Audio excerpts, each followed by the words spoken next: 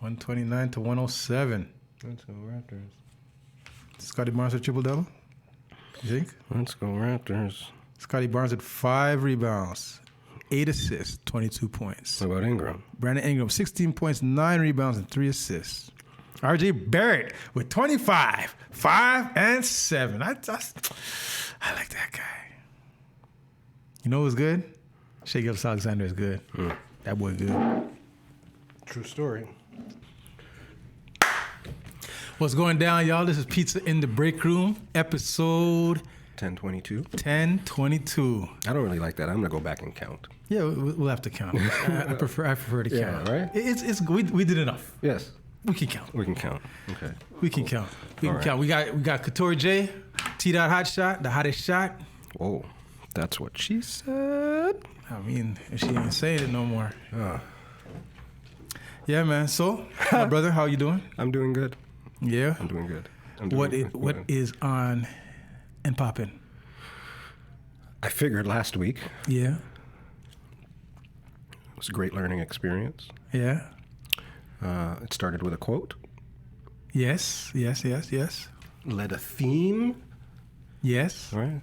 Set the proverbial tone for the show, got us off to a good start. Yeah.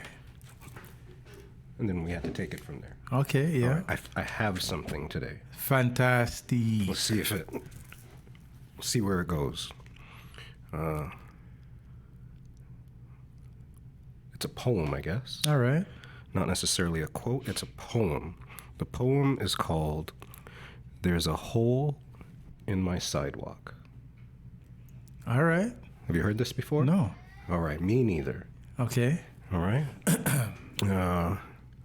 This is deep. You gotta get ready for it. I walk down the street. There is a deep hole in the sidewalk. I fall in. I am lost. I am helpless. It isn't my fault. It takes forever to find a way out. All right. I walk down the same street. There is a deep hole in the sidewalk. I pretend I don't see it. I fall in again. I can't believe I am in the same place, but it isn't my fault. It still takes me a long time to get out. I walk down the same street. There is a deep hole in the sidewalk. I see it is there. I still fall in. It's a habit. My eyes are open. I know where I am. It is my fault. I get out immediately. I walk down the same street. There is a deep hole in the sidewalk. I walk around it. I walk down another street. Poem by Portia Nelson, recommended to me by my therapist, actually. That's a very, very strong poem. Right. When I hear you say it, Yes. it automatically made me think of family. I guess, it's supposed to evoke different thoughts and emotions into everybody. I guess everybody's supposed to take, like, as is art, it's supposed to be perceived. Your interpretation. Interpreted differently by every single person who encounters that art. As soon as you said it, I started thinking of family. As soon as you started saying it, I started thinking about the challenges Right. of family. As you see the challenge that just a while ago that I encountered Yeah. with Mom Dukes just a while ago, it's like you see the hole and bro, Yeah. you know what I mean? Same street. Same street, You see the hole. but then it's like, how can I ever put myself in a situation where I walk down a different street? How can I? You know what I mean? Like sometimes the hole is there and you have no choice but to walk in it, or so you feel. Yes. But I guess that's what this poem is about. This poem is saying, you see the hole and you're like, nah, I'm walking around this hole. Yeah. I walk around it. I walk down it. Yeah, right. And walk around it. What does that mean? I guess you find out after, I mean, it clearly means something. Like you said, it's about an interpretation and kind of what you take away from it, and, right? And there's a lot about even the ability. I mean, some people don't. The ability to see the hole in the first place. Some people don't even see the hole. Right? So it's interesting, but I wanted to, like I said, there were some good things I took away from last week, and part of that was to set the tone, ask a question, see where it goes. So that was There's a Hole in My Sidewalk by Portia Nelson. A poem. That was quite interesting. Poem. Yeah. Quite interesting. So I'm going to try to figure out something. What you got? I don't know how this works exactly because I'm a little bit older. All right? Older than? I mean, the youth them. Okay. All right? Okay. All right. 6, 7? Is that okay? Okay. Right? Okay, so I think because this doesn't come up in my algorithm. No. Right? This has never come up in my algorithm, this thing. Oh, man. Right? And then I saw a post. Yeah. And with that post, I actually don't even think I heard the post if there was any audio. I just saw the post and I was like, that's that thing. That's that. So you didn't hear it? I don't think so. Maybe I heard it after. Right, I right. saw it. I was, the fuck, you know? Yeah. What is this? So, again, because I'm a little bit older, can you help me with this? Well, it's a meme. And if I'm not mistaken, the meme was originally created from, I don't know who the basketball player is, but it's a basketball player. I guess he was a college basketball player, maybe high school even. High school? But he was being interviewed, and he said, like, I think he said his height, like, I'm 6'7", right? Like, like 6'7". Yeah. And for some reason, that meme took off. I think maybe someone used it in a song.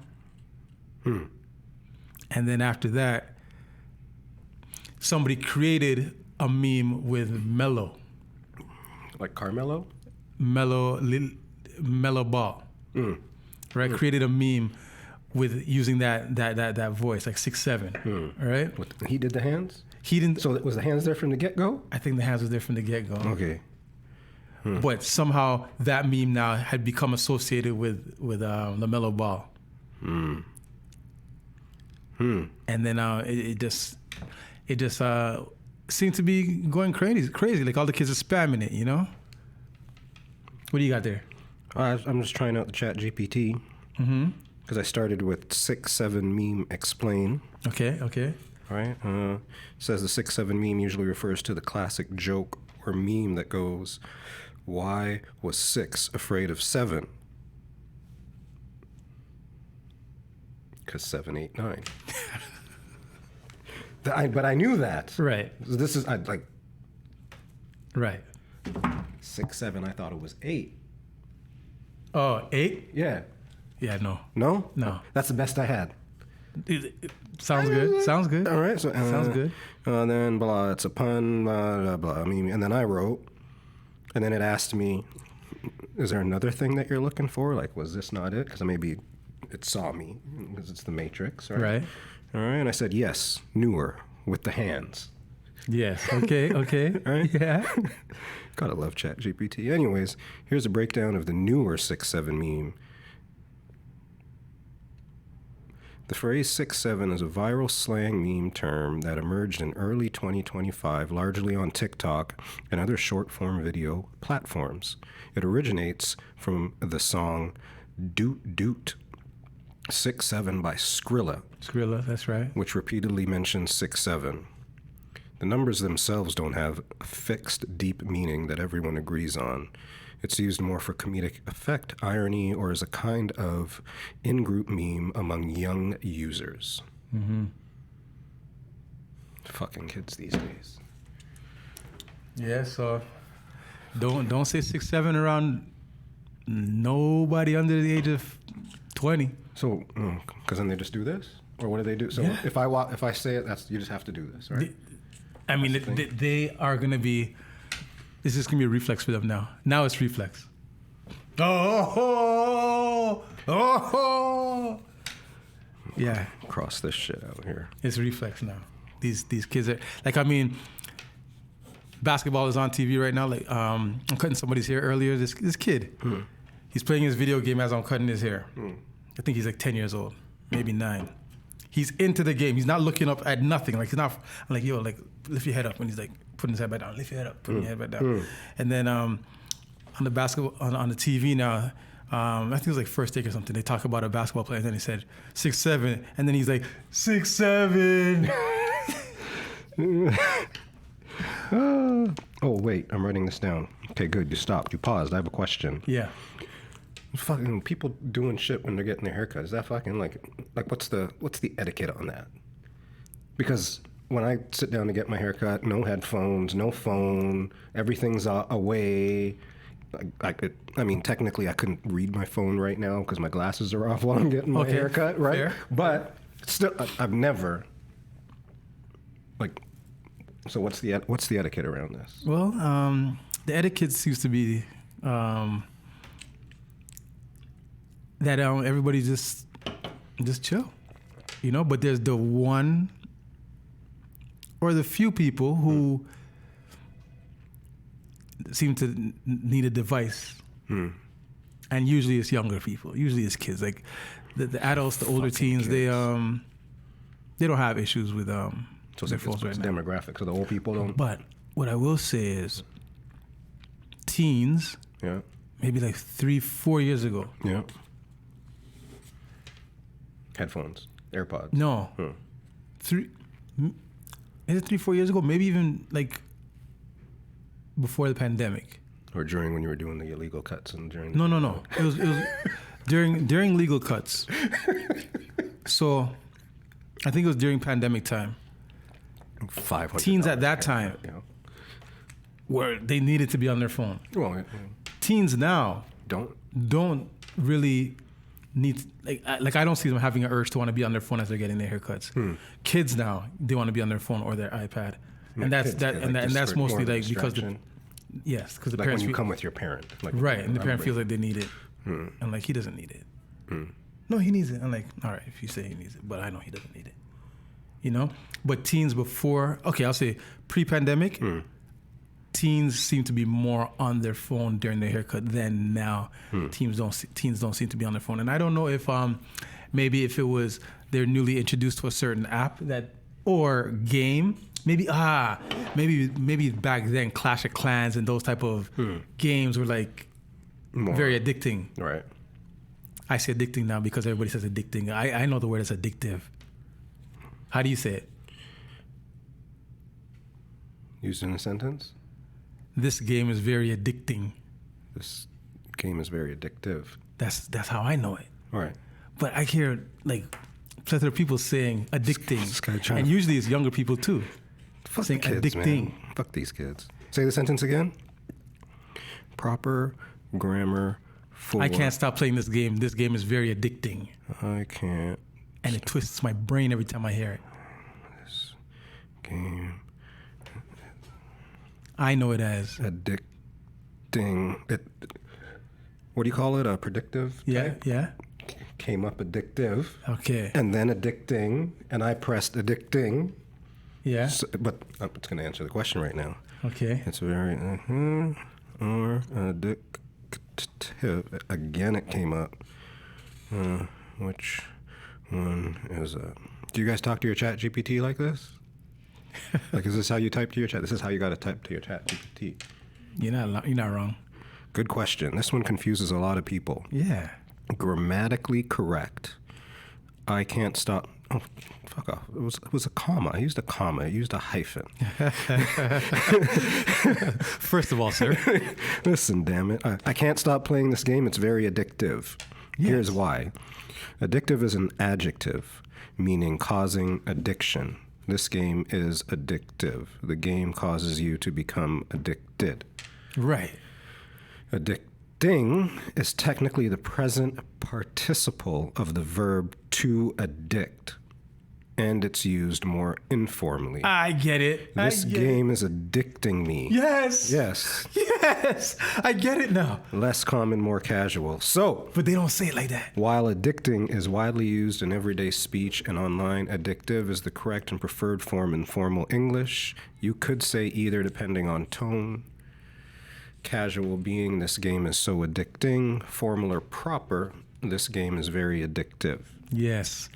Yes. So I'm telling you that I play this game sometimes, and the game is very addictive. I'm telling you, I'm playing this game right now, and I feel like I am being addicted, which is this game is addicting. Put it down. Stop. I cannot.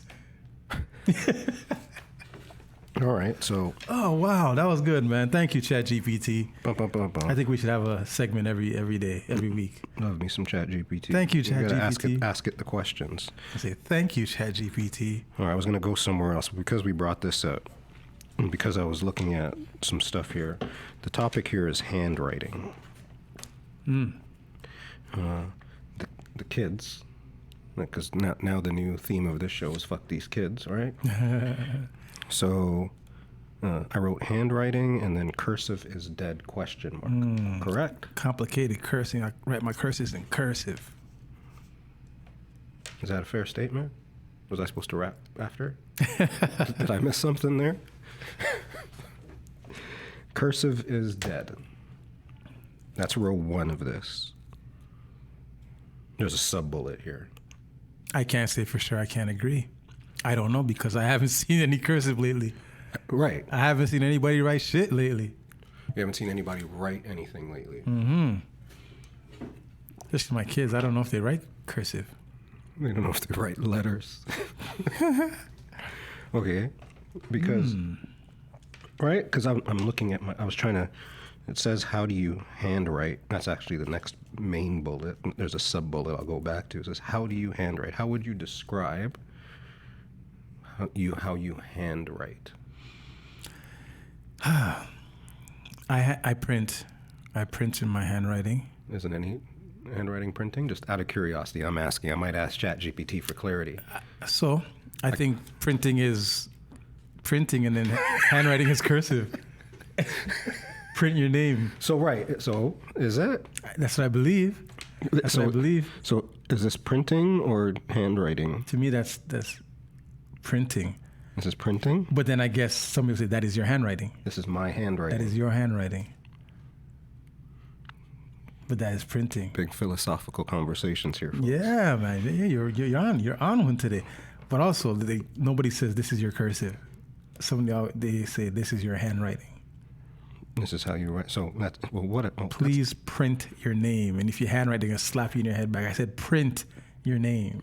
See, because when I got to how do you handwrite, and then looked at my handwriting, and I can't describe my fucking handwriting. Because look, like this is how I wrote handwriting here, which is all good. And this is how I wrote handwrite here, which I guess is completely different because of where it is in the sentence. And this is a title, so that's okay. We'll leave that one alone. There was something else. But here, like what the fuck is this? Is this all capitals, but it's in the sentence? Yes, right? Right? And then my A's, I got, in the J's here, I got big A. Right? You don't put no small A's. You don't use small A's. But I thought that, right? There's another a big A. I thought that, but then I found one here. And death. Death. Is that? Where's death? What does that say? What does this mean? Okay. Oh, yeah, so... What death means. Right, A, right? There's another A somewhere anyways. Drizzy. See, and then this word's all giggle is all underscore or under or whatever. Lowercase? Small. Thank you. Shit.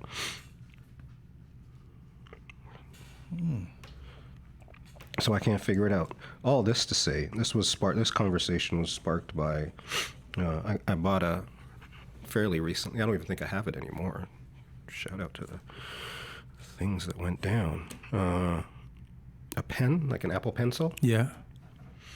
And when I was using the Apple Pencil, nothing. It wouldn't recognize your writing? Yeah. Is that what you're saying? It was like, do you want to change your language? Oh, it's not too bad. He was like, do you want to change your language? What's the best thing here? Oh, you got a paper towel. Don't worry, hang on. The show must go on. Mm-hmm. Nothing. For days. Mm-hmm. Me practicing, trying. Flip, flop, this, that. Nothing. It wouldn't reckon. Right? Because I was writing like this, I guess, right? Uh-huh. And then I switched to cursive, which I Haven't done. clearly haven't done. So I'm like, all right. I mean, once I started, it was okay. Mm-hmm. But then it was like, You lean left or you lean right? and then I had to like think about it. I lean right, I guess. See? I was just about to do my signature. But then it caught. That's what it caught. What do you think about this? See, that was wild. Wild to me, damn it. I'll be back. Commercial. What's going down, y'all? This commercial here is a commercial for Couture Barbershop. Bounty. Located at 411 Manhattan Drive in Markham. At the corner of McCowan and 16th Avenue. If you find yourself in need for a haircut, if you find yourself just in need for company, book an appointment. I'll keep you company for 40 minutes. It'll be a good time.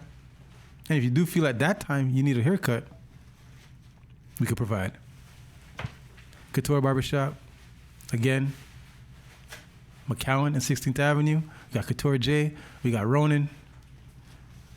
Sometimes we have special guests, like Leo. Anyways, stop by, say hi.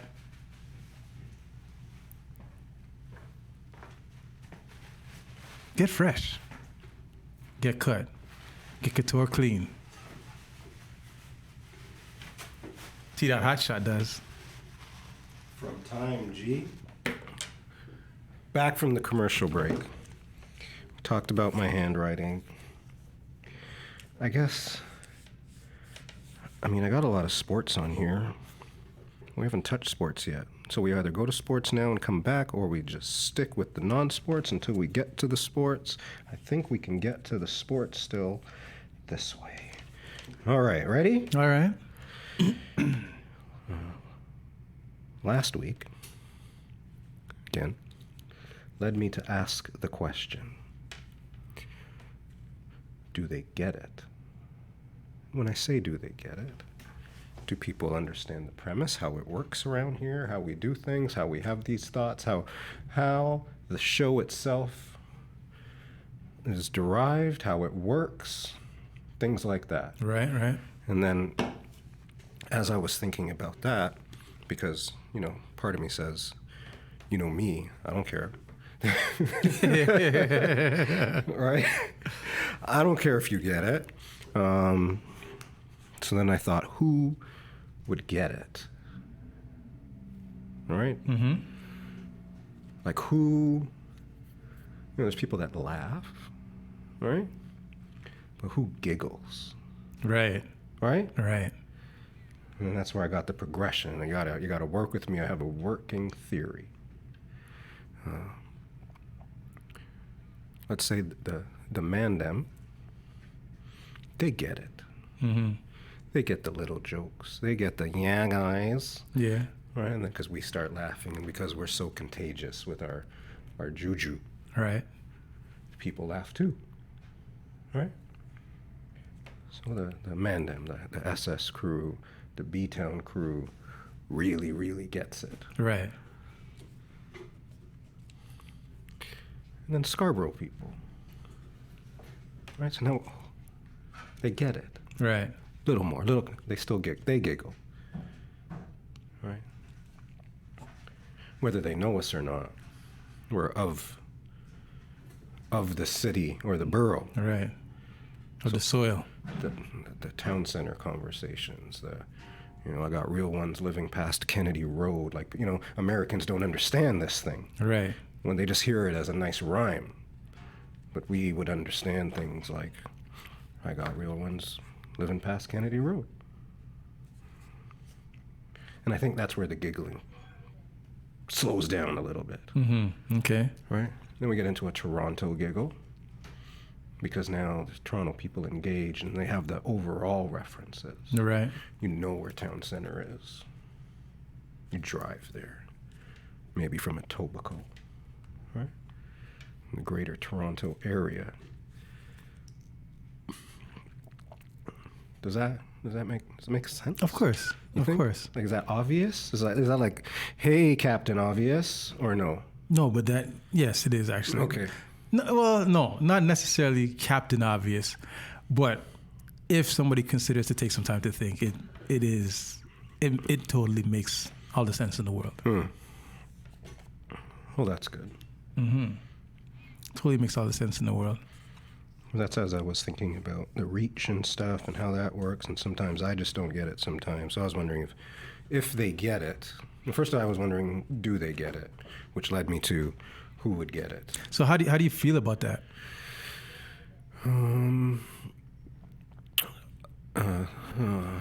I feel that means, I guess, if you look at it from like a Toronto perspective, so one level up, one level down type thing, right? That's good because we know that people from outside of our direct demographic do engage, and we're drawn to the algorithm for some reason, or have some sort of relation to, maybe it's age too, a little bit. Like if you look at our shit, it's age a little bit, but it's also in that time with those things. So that also, I guess, makes sense as we expanded the thought here. But Okay. yourself? So when you're saying this right now, it brings me to a thought of, community, our involvement in community, how community affects what it is that we do, whether it be negatively or positively. And then I think of a post now that I saw this morning of this guy named Wallow. I'm not too sure if you're familiar with him, but he's on a podcast with his cousin, Gilly the Kid. And the podcast is called $1 Million Worth of Game. And basically his whole sentiment of his post was, strangers make you rich. Strangers make you rich. Yeah. Don't do what you're doing for your friends. Don't do what you're doing for your family.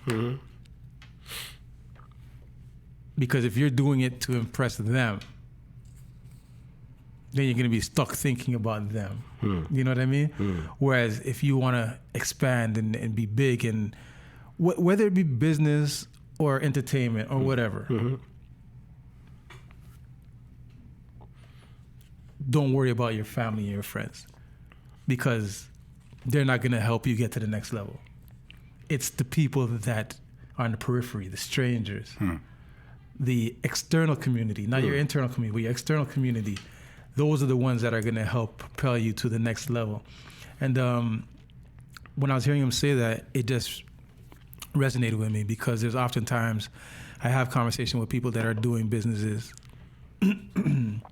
or doing art, and they often complain about this lack of support that they get from Their people. And I say, if you're doing it for your people, don't do it. Right.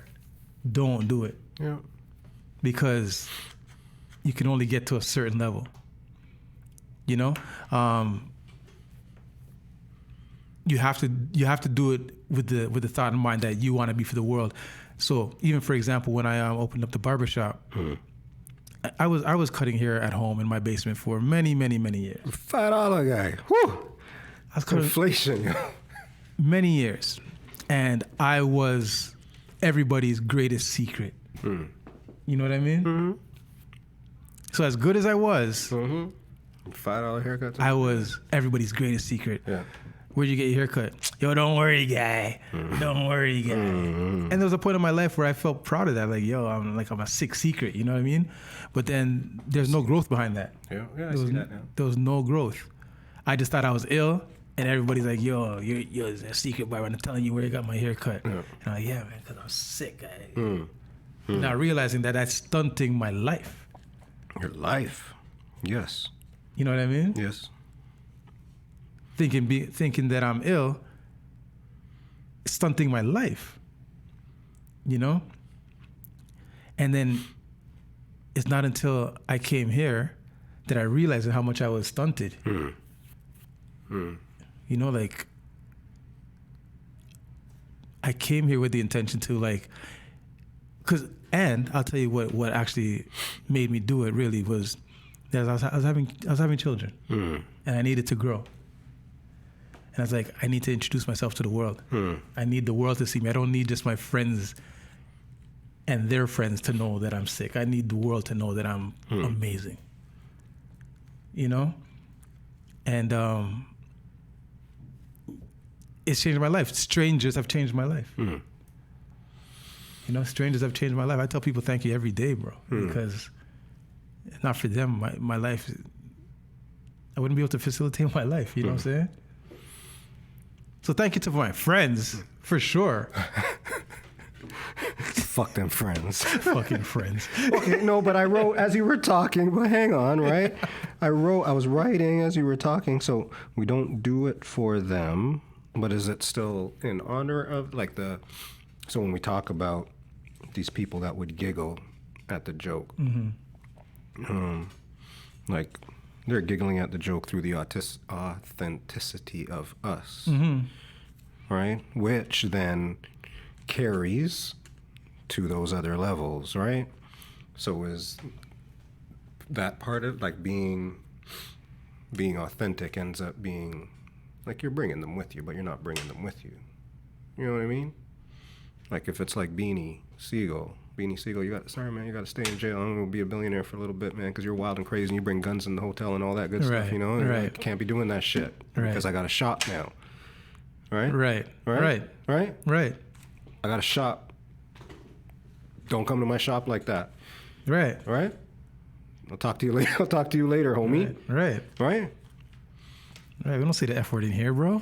We don't say the F word here. Just wait till the doors are closed. Yeah. Shit.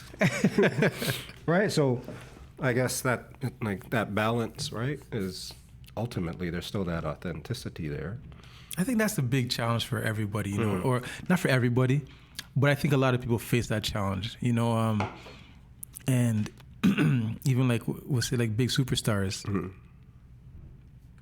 the challenge of the entourage growing, and then the entourage, and not realizing until it's almost maybe too late that you should have kind of cut the fat a little bit earlier in life, but you want to stay authentic to your people who really have no business in the business being at that level of business that you're at right now.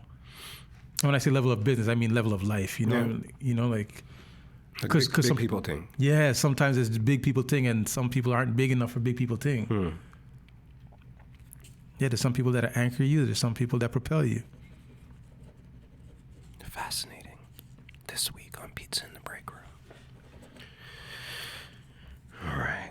So fuck them kids. Fuck them people. All right. We don't write shit anymore. All right, here we go. When you look back on this one, watch how we get here now.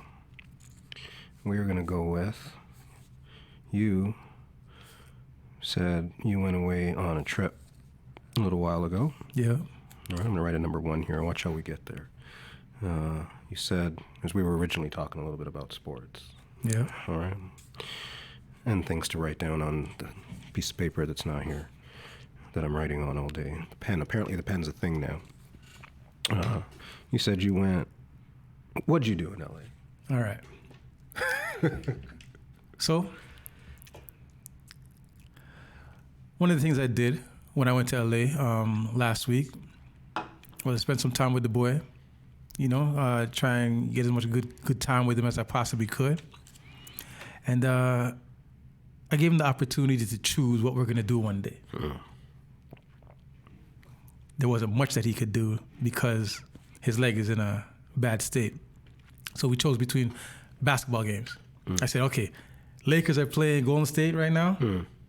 Also, a little bit down the street from there, Denver is playing the LA Clippers. What do you want to do? Long story short, we ended up choosing the Clippers. So, interesting. I go on Ticketmaster, buy the tickets, right? Regular thing. So usually when you buy tickets, you have your tickets on the phone. So now, You guys get tickets on your phone? yeah, Oh, just checking. isn't that how it goes? I mean, we get tickets on our phone. Nah. No, just checking. I was just checking. So Tickets on the phone. I bought tickets. Me, my son, and his girl. Right. So it's 3 tickets I bought. So then now it says each person must have a copy of the ticket on their own device. Oh, yikes. So, okay, yeah. They must have. Yeah. In my mind, I'm like, why would that be? Like, like usually if I have more than one ticket, I'll just show my phone and swipe. Yeah, good to go. Good to go. America. Each person had to have it. So now I sent each person the ticket. So now what happens is you have to, this is Intuit Dome. This is going into the LA Clippers brand new facility at the Intuit Dome. All right. Steve Ballmer. Whoa, buddy. I should have known what game you picked. I was fat. It was riveting to me. I was like, shit. All right, into it. Okay, go on. You went to the fucking Clippers game. So now everybody has the ticket on their own device. But now what happens is each person has to download the Intuit Dome app. Really? Not like Ticketmaster app or whatever. You can't do that in Canada. The Intuit Dome app. Everybody has to have this Intuit Dome app so that they can have their ticket to present when they get to the facility. I'm like, why is it so difficult? Why is it such a thing? So we get to the facility. We pull up. First of all, parking was $70 American. U.S. dollars. $70 US, but that was more than our tickets. $70 U.S. dollars. You walk, guy. We weren't that close, bro. So there was that one thing. So this is how it happened. I'm driving down the street. I'm like, okay, where am I gonna find parking? Right? So I see this one guy spinning a sign, $50. I'm like, okay, buddy. Okay, buddy. Go back to bed. Go back to bed, homie. Okay, buddy, $50. I'm gonna fall for that one. Yeah. So then I pull up to the parking garage, right? And I said to the lady, I go, how much is parking here? She goes, go up, they'll help you. I go, just how much is parking? She goes, go up, they'll help you. And then you're past the gate now. So I passed, I turn in. You're in. Right? So we pull up to this one next lady. How much for parking? Just keep going up, they'll help you. How much for parking? Just go to the top, they'll help you. 3 cars pull up. Right? On you guy. and then I go, okay, I see what you guys did here. Yeah, you got me. So then I pull up to the last person now. And she goes, and then I go, how much for parking? She goes, $70. I go, what? It's $225 Canadian. She goes, $70. I go, what am I gonna do? What am I gonna do? And she goes, and then she goes, I know. I know. Oh man. So right there, I'm like, God damn, $70, bro. So anyways, I park. Now we walk through the parking lot, walk towards the facility, and everything's just amazing. It's just beautiful. It's like just lights everywhere, right? And outside of the stadium, there's like this big grand area with a big screen, like there's amazing graphics are happening on it, and in front of that is like a full court basketball court, and people are playing basketball. Right, it's sick. And then to the right, you look now. There's the Intuit Dome, and then there's like lights all over it. It's just an amazing structure. So now we pull up to the front. We pull up to the front. There's a long line, right?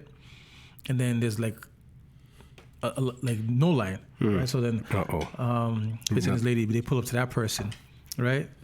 And they go, "Do you have your Face ID?" Right? No. He goes, well, if you don't have your Face ID, you could just join that line right there.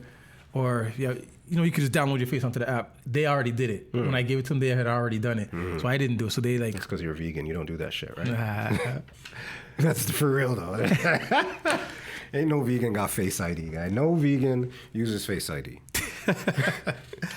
So they walk through, and I'm here like, okay, now I got to download my face onto the app. Yeah. Right? So then I download my face onto the app. And I'm like, Steve Ballmer. Got me. You got me, bro. Got me. So then the guy goes, all right, welcome, man. It goes through. So then I get to the door and they go, "Hey, Jay, come on in." Hey. Yo, bro. Hey. Hey, Jay, come on in. I'm like, wowzers. Right? So get into the facility. It's beautiful on the inside. Big lights, big screens. Like everything is just like gorgeous in there. So now when we get to our seats, there's people sitting in our seats, right? So You're going to have to scan to get to your seat, eh? no, but here's the thing. Is that I'm like, all right, there's 3 seats here. So we just sat in these 3 seats. So then what I realized now, later on during the game, is that during intermissions or timeouts, right, they have these little interactive games, right? On your armrest where you put your drink, there's like a game console keypad, you know, like red, green, yellow, blue, whatever, right?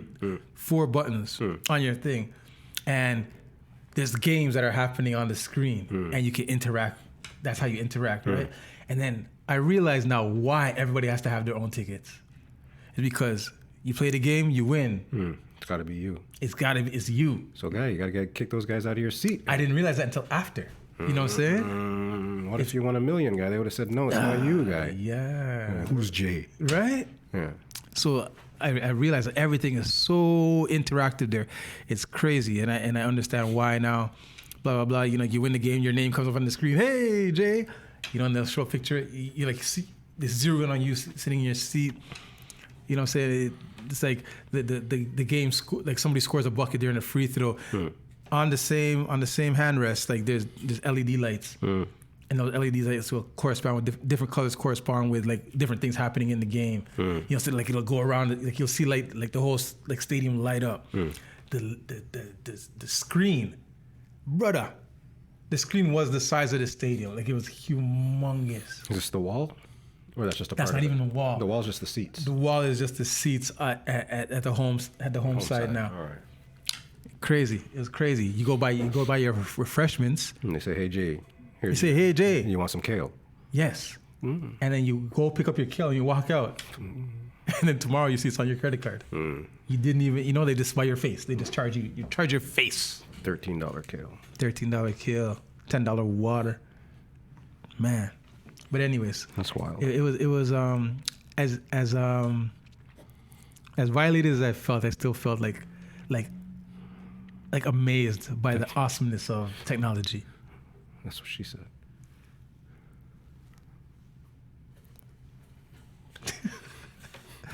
Yeah, man. So the Intuit Dome was a good experience. It's quota. And the Clippers are good. Clippers should be good. Denver is good. Sure, why not? It's gonna be good. The Raptors good? Raptors are good. I think so. Who's the best Raptor? I'm such a biased guy. I mean, I'm automatically gonna say RJ Barrett. Third best Raptor? But me and you will never agree on who's the best Raptor. No. Me and you, why not? Because I've heard right now. like we've never, since these cameras have been rolling, ever agreed on who's the best Raptor. It's such a short period of time. I know. Alvin Williams was the best Raptor at one time, no? Alvin Williams, let's go. Maybe not best, but favorite for sure. Okay, who's the best Raptor? I say RJ Barrett. Is RJ Barrett. No. Okay, you know what? I can't say that Best right now. Best Raptor. I'll have to. Not your favorite Raptor, best Raptor. I'll have to say Brandon Ingram is the best Raptor. Right? Brandon Ingram. I asked And better than Scotty Barnes? Yeah. Yeah? Yeah. Okay, because I know that he had Scotty Barnes on a pedestal at one point. Who, me? Yes, you did. No, not me. You can't find that. You can't find that. That is the basis of this whole Piece of the Break Room show. Yeah. And Scotty Barnes is the best Raptor, better than Pascal Siakam. Maybe. Yeah, but no. I mean, you could change my mind for no now, but at the time, yes. Like, At the time, no. At the time, no. It was who was the best player. Wait, how long did they play together? 1 year? Like 2? Brandon Ingram, right? We'll have to say Brandon Ingram. It has to be Brandon Ingram. Off a body of work and reputation. You think?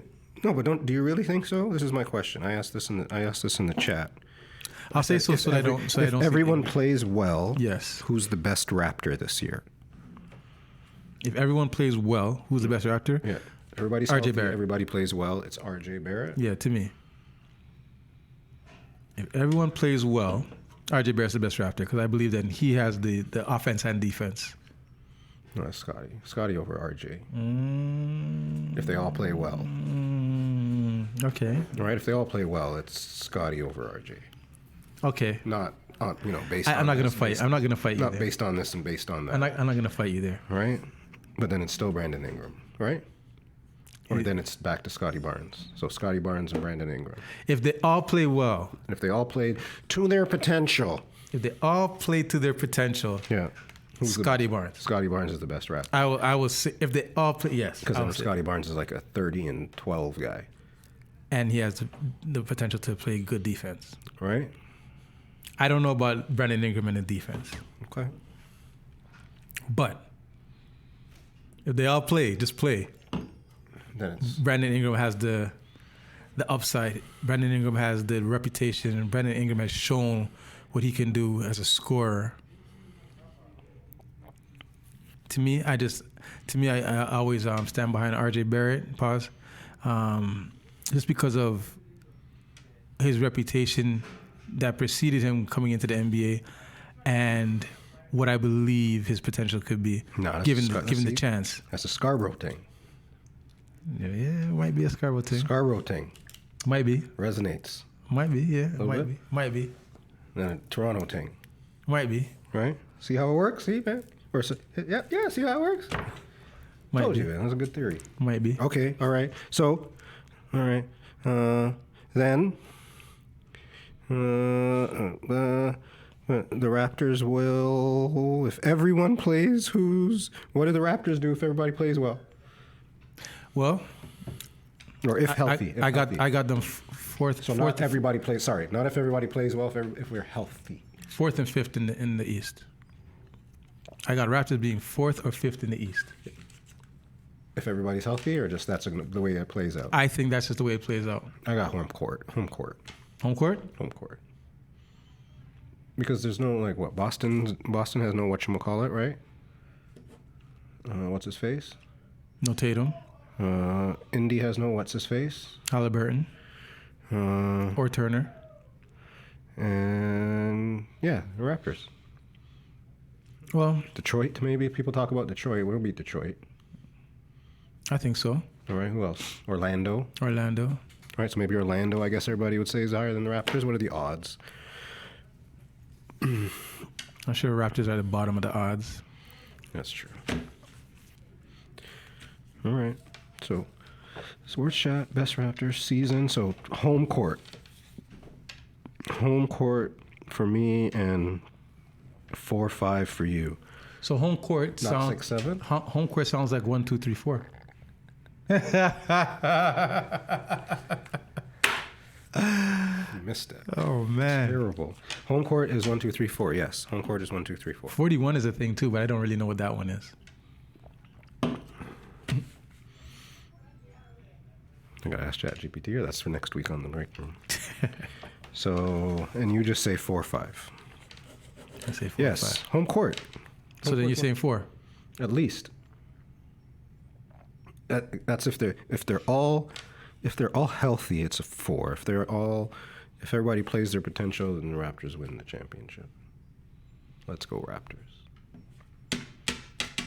Let's go Raptors. So right now, as we speak, Raptors lead the Atlanta Hawks 110-87 in the third quarter. 82-0. Let's go. All right, home opener there. Great. We have a home opener coming up on Friday in the great city of Toronto. Not only are the Toronto Raptors just starting out on what will be a fabulous season, but the Toronto Blue Jays will be involved in the very last game, win or lose, that is played in this Major League Baseball season. The Toronto Blue Jays will be playing the Los Angeles Dodgers. I see what you did there. In the World Series, the Blue Jays won in 7 games versus who the fuck did they just play? Seattle Mariners. Look at you. Look at you. That was just a test. I was just trying to figure it out. Seattle Mariners. Seattle Mariners. We beat them in 7. George Springer, Dinger. So when they hit Springer on the knee, Yeah. I don't watch much baseball. Right? I'll admittedly say I don't watch much baseball. But from an outsider looking in, they hit him on the knee. Yeah. And I said to the guy sitting in the chair, was that deliberate? He goes, nah, sometimes it just happens. I go, it's not like it hit his front knee. It hit his back knee, the knee that was planted. And also, didn't you guys just say that he's the best player? I think based on time and place, that's the only thing that doesn't make me think it was intentional. It just wasn't the time to do that. There was stuff going on still. That's just my thought at the time. It's like, no, because it didn't feel, and could have been. It is a bad spot, all that good stuff. But if I remember correctly, it just wasn't the time for it. Because even to see that he ended up playing in other games, I was like, I thought he was done. 90 mile an hour fastball into the kneecap, bro. Don't let me hit my kneecap against the wall. It's a wrap. Right? You're done. I'm done. So that was 90 miles per hour, 90-some miles per hour. He's probably done. Done what? Like probably like after these playoffs, taped up his knee. Yeah, he's put some, what's that stuff? The K tape or whatever. Yeah, and some tussin. Tussins. Inject some cocaine into his kneecap. Yeah, you just got the whole show like censored. AI's gonna take us out. No, Springer Dinger, yo. That was litty. Did you watch that whole game? The last game 7? Yeah. So the thing with me is, it's riveting. I couldn't watch it because I'm already like, there's too much stress on my plate, man. Like I can't handle the Raptors. They cause me stress, and I was like, I'm not gonna take on the Jays stress now. You know what I'm saying?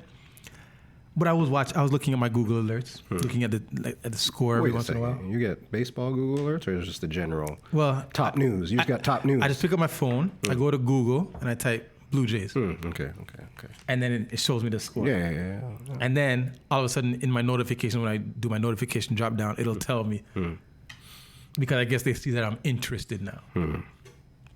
Bomber. Bomber. So yeah, my experience I kept on seeing 3-1, 3-1, 3-1, 3-1, and I was like, oh man, that sucks. 3-1, oh that sucks. And then I feel like 7th inning, 3-1, like oh that sucks. So I was editing our last video.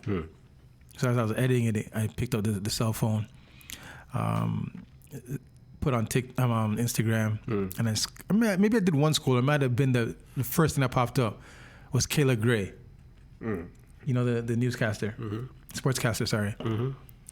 All I saw is her feed, and it was like, everyone's like, and I'm like, wow, that could only mean something.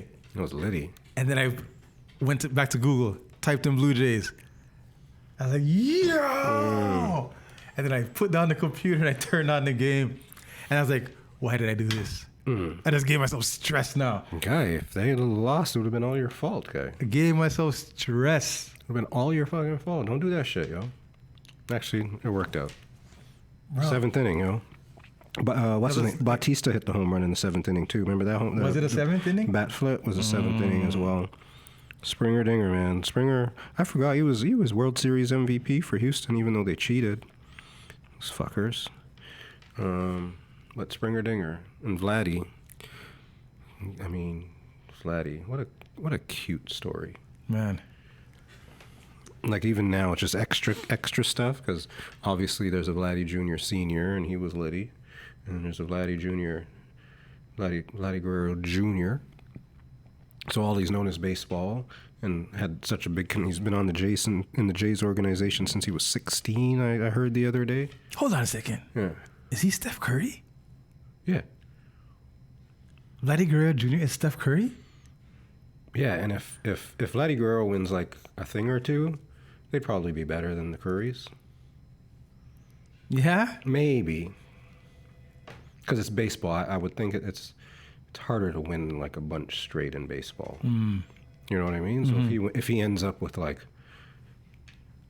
let's start with 1,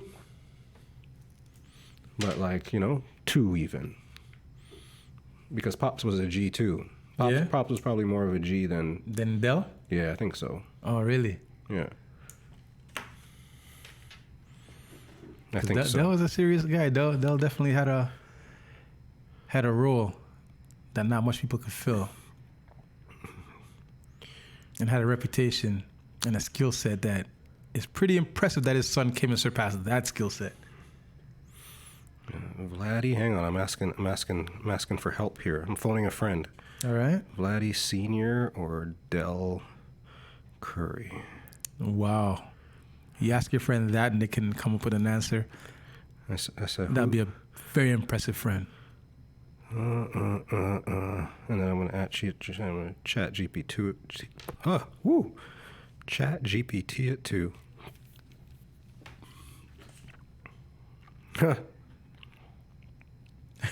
What do you got? That's a fun and layered comparison. Both Vladdy Guerrero Sr. and Del Curry are standout examples of athletic fathers whose kids became stars, but they did it in different ways. Here's a breakdown. Vlad Sr., I guess it lists his kids, so he's got Rad Jr., plus some other children. Parenting vibe, very involved and hands-on with baseball from an early age. Guerrero Jr. grew up around Major League Baseball clubhouses and learned to swing and discipline directly from his dad. Legacy. His son didn't just follow in the footsteps, he became an all-star and home run derby champ. So they both were all-stars and home run derby champs. That's a direct continuation of the family craft, same sport, same position, same energy. Influence, strong mentor model, passing on technical skills, work ethic, and name recognition in a way that set his son up for elite success. Whew. Del Curry, Steph Curry, and Seth Curry, both longtime NBA all-time greats. Parenting vibe, more balanced, focused on independence. Del emphasized fundamentals and humility, often noting that he didn't want to push them too hard, but created an environment where they wanted to excel. Legacy. Both sons reached the NBA, with one becoming arguably the greatest shooter in basketball history. That's 2 pro-level kids, both respected in their own right. The influences they cultivated, mental toughness and individuality. Del was less about cloning his style and more about teaching consistency, work ethic, and family grounding. If we're talking athletic mentorship, Vladdy Sr. might edge it. That's what she said. His son's success mirrors his own almost perfectly. If we're talking overall fatherly legacy, it's Del Curry. Easy, Chat GPT. So, better athletic mentor, Vlad Sr. Better father figure, Del Curry. Kind of answers my question. What do you think about that? It's good. But now, we'll just say if Vladdy Guerrero Jr. wins a championship, they are mirror images of each other. Something like that. That'll be pretty sick. Pretty sick. That'd be pretty cool. That will be. Pretty cool. Pretty cool. So, Vladdy Guerrero Jr., that is the World Series. I saw somewhere the other day, this is just for a quick giggle, it says. That because it's Toronto versus LA. Yeah. This brings back Drake versus Kendrick Lamar. Fuck LA. Right? So what do we got? We got fuck the kids, fuck the friends, and fuck LA. Right now? Okay. Wicked. All right. So I think Drizzy posted something. We just gotta beat them up. LA. Also, I guess if we're sticking with LA, I can get back here. I crossed it out. We're gonna get back. You saw Ice Cube? I did see Ice Cube. Another West Coast. How crazy is that? See, I told you we'd get there. How crazy is that? That's where it started. Into it. See, number 1, into it. Man, so 2 weeks ago, Wednesday, a buddy of mine, Kenny, invited Kareem, Mark, and I LA and Toronto to a concert at What's that one? What's that one? Coca-Cola? No, Danforth Music Theater. Right? And it was an artist by the name of Danforth Music Hall. Right. Artist by the name of Lee Fields. Never heard of him before. He's an old school artist. He was like about 70 years old. Like, what do you say? Like maybe like jazz, not jazz, but Scat. no, more like he was reminiscent of James Brown, like that type of styling of music. And I never heard him before, but he was a great entertainer. Great entertainer. So I went to that concert and was thoroughly entertained by this artist. Had a good night. Then the next day, I'm cutting hair, and like my client says to me, it was like 5:30. He's like, "You want 2 tickets to go to see Ice Cube?" I'm like, "What?" I'm like, "What?" And I'm just thinking, last night I went to a concert. I don't know if I can do another concert, but I'm like, Ice Cube? I'm like, how much? He goes, for you, free. I go, shit. I go, yeah, man, sure. That's a good deal.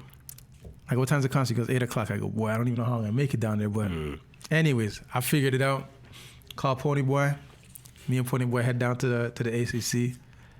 And watch Ice Cube put on a show. Good show? Good show, bro. I got there late, so I missed a lot of the old stuff that I really love. But it was an awesome show. Ice Cube, and then Dub C was his hype man. Did some amazing classics. And I guess everything's a classic now, you know what I mean? Even the newer Ice Cube stuff is still a classic because it's old now, right? But that's the thing that I got to see Ice Cube, and I didn't even know he was in town, bro. You didn't see Ice Cube before this? Never seen Ice Cube before. I've never seen Ice Cube before. You go to LA, you know, you're all.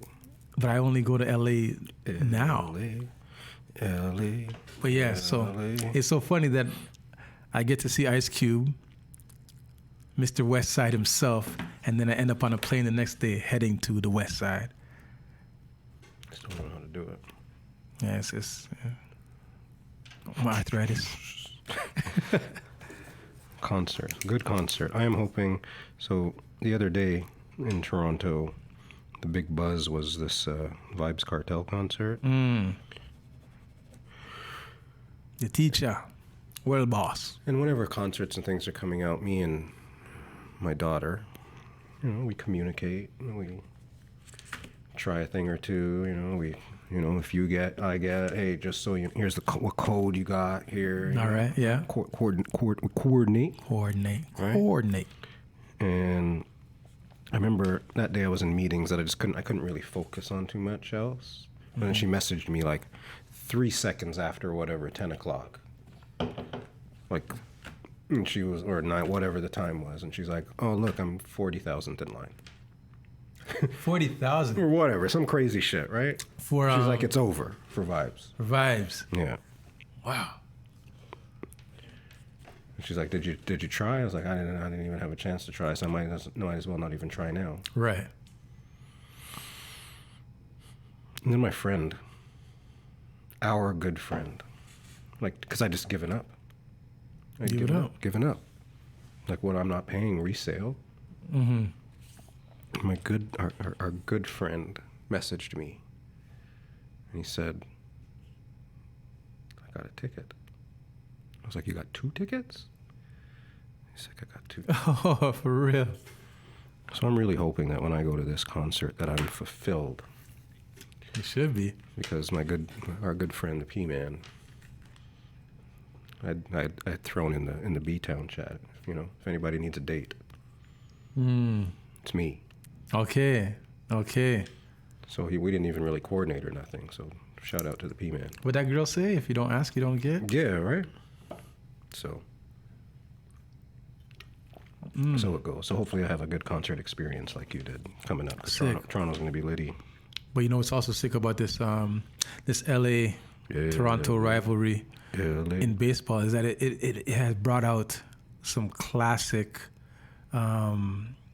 figures, man, some legends. And it's such a contradictory manner that they brought them out because the Toronto Blue Jays won their ALCS. And then Tupac's out there in Toronto in his Toronto jersey celebrating. And it's pretty crazy to think that Tupac, this Toronto championship has brought Tupac Stop your shit. back out into public, and he looks the same. That's funny. And the thing is, it's so crazy that he came back out to represent Toronto when we're playing LA. If anybody. If anybody. You know, I would be. Somebody asked me about my management style the other day. And I said it's firm but fair. Okay. Right? Firm but fair. So I would be remiss if all of this talk about Toronto and LA and if I didn't talk about the other day's performance. I want to see if you understand the performance of one Shohei Ohtani the other day. Did you know who this person is? Yes, I'm familiar. Tell me what you know about Shohei. What I know is that Shohei Ohtani was supposed to come to Toronto and sign a contract, and Drake was in the restaurant wearing the Shohei Ohtani jersey, walking up the stairs, and it's like, yes, Ohtani's here. We're gonna get this guy. And he sent the fake plane. I seen a cartoon. I seen an anime, a baseball anime actually, and it was like this baseball guy against these aliens, and it was like based in Japan. I'm like, wow, baseball's big in Japan like that? But anyways, he was like a big superhero. And then I come to find out that guy is supposed to be Shohei Ohtani. So lesson of the day, everybody. If you ask a question, be ready for the fucking answer. So Shohei Ohtani, for the people that might not watch a lot of sports, he's one of the rare baseball players who both pitches and plays in the field. At an elite level. At an elite level. I know that. Really hasn't been done in this manner in many, many years. Has it ever been done? Babe Ruth. Pitched too? Huh? He pitched? Yeah. Babe Ruth pitched? Until now, Babe Ruth's been, that's why people talk about Babe Ruth the way they talk about Babe Ruth. I didn't know Babe Ruth pitched. I just thought he was a home run guy. No, he pitched. He pitched? Sometimes he hit it and caught it too, guy. Oh my. Hit it and got the team's jersey. Holy shit. Threw himself out of home because he was slow. Anyways. So yes, Babe. Threw himself out because he was slow. So here we go now. So this Shohei Ohtani the other day in winning form as LA was making their way to the World Series. Here's the stat. Entering today, that day, only 12 hitters had ever hit 3 home runs in a postseason game. Okay, baseball's been around for some time, over 100 years, right? Yeah. I don't know how long they kept stats, but they know some Babe Ruth stats, so, some time now. Right. In the 1900s, they played baseball, too. Wow, that's a long time ago. Right? So only 12 hitters had ever hit 3 homers in a postseason game. Mm-hmm. And only 26 pitchers had ever recorded 10-plus strikeouts with 2 or less hits and no runs in a postseason start. So 3 home runs he hit, and he had over 10 strikeouts, didn't allow any runs, and only 2 hits. Shohei Ohtani just did both of those in the same game. That guy's a gift to the sport. Okay. You know what? I said if I would be remiss if I didn't bring it up. Okay. But fuck Shohei. Fuck LA. I'm doing this backwards. Let me try to do this back. Fuck the Friends. Fuck them kids.